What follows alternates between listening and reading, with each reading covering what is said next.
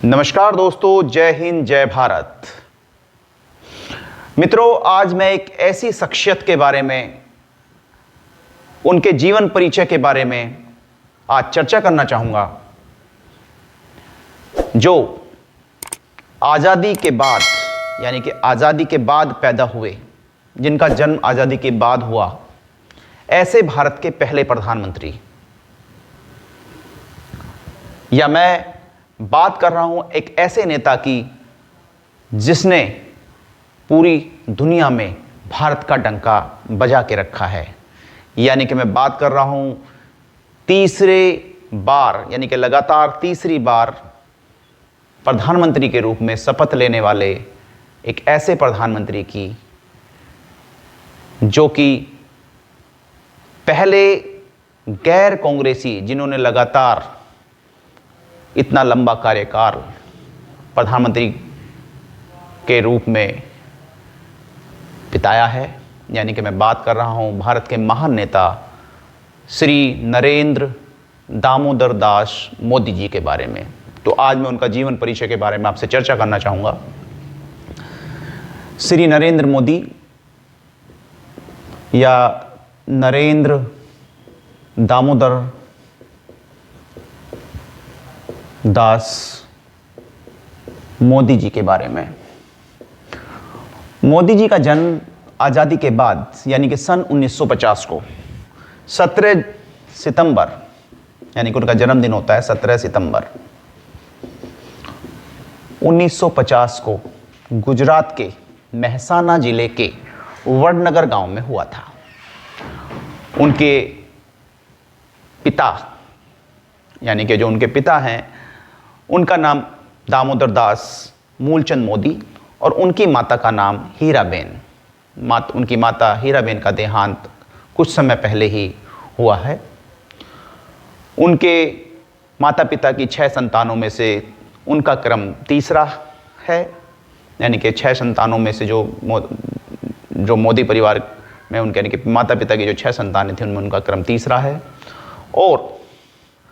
मोदी जी का परिवार जो है वो भारत के अन्य पिछड़ा वर्ग, जो संविधान के अंदर जो पिछड़ा वर्ग आता है, उसके अंदर तेली समुदाय से संबंधित है। तो वे पूर्णतः शाकाहारी हैं, यानी कि उनका परिवार जो है वो शाकाहारी ही माना गया है और वो भी शाकाहारी हैं। और तरुण काल में यानी कि जो उनका तरुण काल था और भारत पाकिस्तान के बीच जो युद्ध हुआ, यानी कि 1965 की मैं घटना की बात करना चाहूँगा। 1965 या उस 1965 के आसपास का जो काल था, उसमें उन्होंने जो गुजरात के रेलवे स्टेशन थे, अपने पिता के साथ उन्होंने जो है सैनिकों को चाय पिलाने का कार्य किया। यानी कि बचपन से ही एक तरह से उनके अंदर जो राष्ट्र सेवा थी वो कूट कूट कर भरी हुई थी और उन्होंने सैनिकों की सेवा भी की। युवावस्था में वे छात्र संगठन अखिल भारतीय विद्यार्थी परिषद से वो जुड़े और भ्रष्टाचार विरोधी नवनिर्माण आंदोलन में उन्होंने हिस्सा लिया। यानी कि उनका बचपन ही भारतीय जो एक सामाजिक संगठन है जिसका नाम है RSS या राष्ट्रीय स्वयंसेवक संघ, वो उससे जुड़े और बाद में उन्होंने प्रचारक के रूप में भी कार्य किया। मित्रों, अगर मैं बात करूं, लगभग 13 वर्ष की उम्र में मोदी जी की सगाई यशोदाबेन के साथ हुई और 17 वर्ष की अवस्था में लगभग उनका विवाह यशोदाबेन जी के साथ हुआ। पर वो क्योंकि उनका जुड़ाव RSS से था और प्रचारक बनने के लिए जो कंडीशन होती है कि उसके लिए आपको अपने परिवार को छोड़ना पड़ता है, तो उस सहमति से उन्होंने यशोदाबेन जी के साथ उन्होंने अपना वैवाहिक जीवन जो है वो कहीं ना कहीं उसको छोड़ दिया और वो पूर्णतः एक जो है उन्होंने RSS में यानी स्वयंसेवक संघ में एक स्वयंसेवक के रूप में, एक प्रचारक के रूप में कार्य करने का, यानी कि उन्होंने देश को ऊपर रखा अपने परिवार से। और बाद में उन्होंने पूरे देश का भ्रमण किया, पूरे देश का जो है उन्होंने चप्पे चप्पे में, पूरे देश के कोने कोने में जाकर पूरे देश का उन्होंने भ्रमण किया प्रचारक रहते हुए। और 1980 में गुजरात विश्वविद्यालय से राजनीति विज्ञान में उन्होंने स्नातकोत्तर की परीक्षा दी और वो जो है उन्होंने इसकी डिग्री जो है प्राप्त की। और अपने जो उनका जो बचपन बीता वो बड़ी ही कठिनाइयों में, बहुत ही गरीबी में बीता और उससे संघर्ष करते हुए उन्होंने जो है फिर धीरे धीरे जो राह पकड़ी, यानी कि आरएसएस से होते हुए फिर उन्होंने भारतीय जनता पार्टी के कार्यकर्ता के रूप में 1985 से कार्य करना प्रारंभ किया। तो अगर हम बात करें उनके राजनीतिक जीवन की, तो राजनीतिक जीवन में यानी कि 1985 में वो बीजेपी से जुड़े और उन्होंने 2001 तक पार्टी के कई पदों पर कार्य किया। भारतीय जनता पार्टी के जो वो कई पदों पर जो है वो विराजमान रहे और उन्होंने कई पदों पर रहते हुए पार्टी के लिए विशेष कार्य किया। उनमें से एक कार्य उन्होंने भाजपा में सचिव के रूप में भी कार्य किया, संगठन मंत्री रहे और उन्होंने जो तत्कालीन जो भारतीय जनता पार्टी के राष्ट्रीय अध्यक्ष मुरली मनोहर जोशी जी के साथ उन्होंने कश्मीर यात्रा भी की। और गुजरात भूकंप 2001 का समय आता है और गुजरात के तत्कालीन मुख्यमंत्री श्री केशुभाई पटेल के एक असफल स्वास्थ्य और खराब राजनीति सार्वजनिक जो उनकी छवि हो गई थी, उसके कारण नरेंद्र मोदी जी को 2001 में गुजरात के मुख्यमंत्री के पद पर नियुक्त किया जाता है और श्री नरेंद्र मोदी शीघ्र ही जो है विधायी विधानसभा के लिए चुने जाते हैं और 2002 के गुजरात दंगों में उनके प्रशासन को कठोर माना गया था। इस समय उनके संचालन की आलोचना भी की गई, परंतु सर्वोच्च न्यायालय द्वारा नियुक्त विशेष जांच दल, जिसे एसआईटी बोलते हैं हम,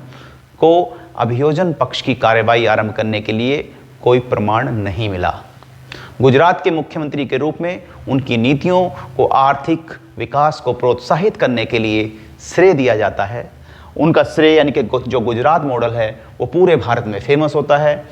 वे गुजरात राज्य के 14वें मुख्यमंत्री रहे। उन्हें उनके अच्छे कामों के कारण गुजरात की जनता ने लगातार 4 बार यानी कि 2001 से लेके 2001 से 2014 तक जो है वो उसके बीच में लगभग 4 बार जो है गुजरात के मुख्यमंत्री रहे। और गुजरात में उनका जो गुजरात मॉडल है वो पूरे देश में जो है वो एक तरह से प्रमुखता के साथ जो है कहीं ना कहीं उसका जो है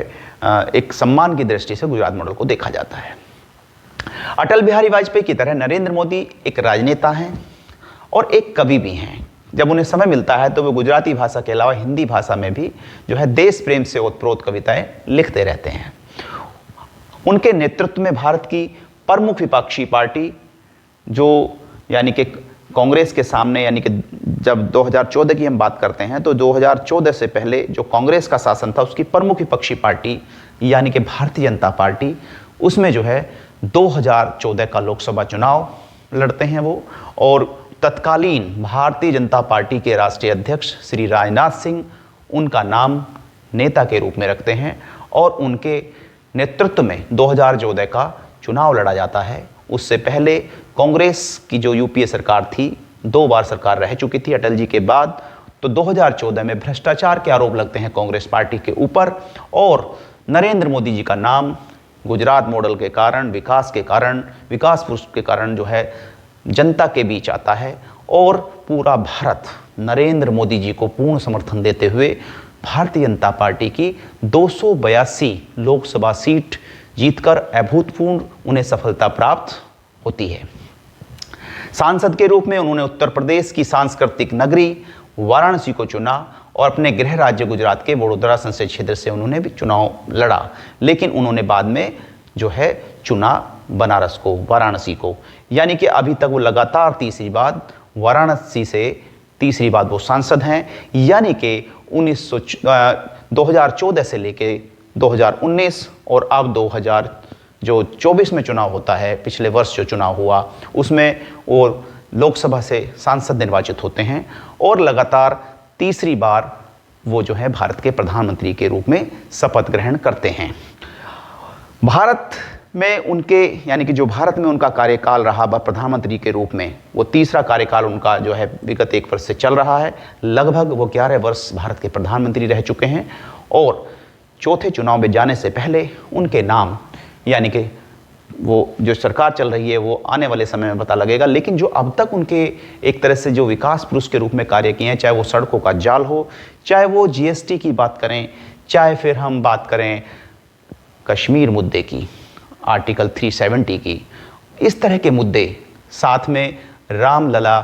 का जो अयोध्या में मंदिर बना हम बात करते हैं उसकी, चाहे हम बात करें रेलवे की, चाहे बात करें एक आम किसान की, इन सब में कहीं ना कहीं, चाहे हम बात करें विदेश नीति की, इन सब में मोदी जी ने अपना प्रभाव छोड़ा है। और एक तरह से वो ऐसे प्रधानमंत्री के रूप में उभरे हैं कि वो जो जितने भी पहले प्रधानमंत्री हैं उनके साथ अपना प्रमुखता से अपना नाम स्वर्ण अक्षरों में वो लिखवा रहे हैं। तो अगर उनके कार्यकाल की बात करें तो पूरे भारत ने उसको लगातार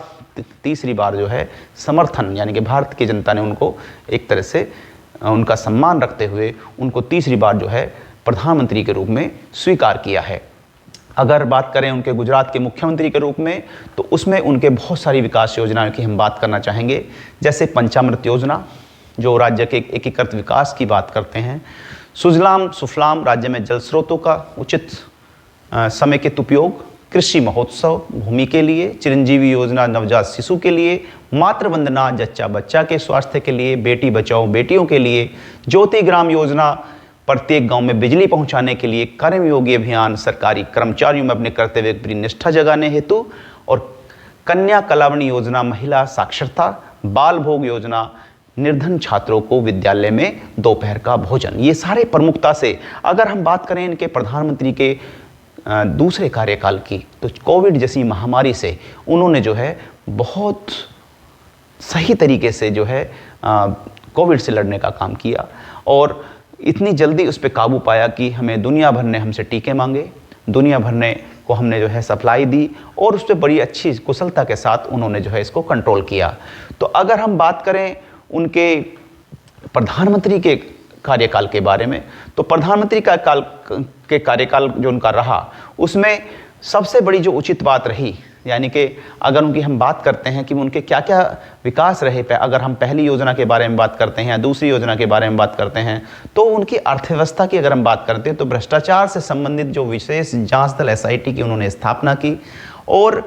उन्होंने जो बाकी देशों के साथ जो संबंध, चाहे वो ब्रिक्स की बात करें, चाहे वो नेपाल की या किसी संबंध की बात करें, चाहे हम पाकिस्तान के साथ अंतर्राष्ट्रीय जगत में अलग थलग करने का उनका सफल जो एक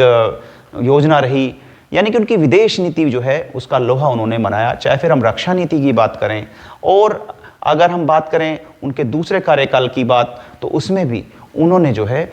कोविड जैसी महामारी से लड़ने का काम किया। उन्होंने जो है बहुत सारी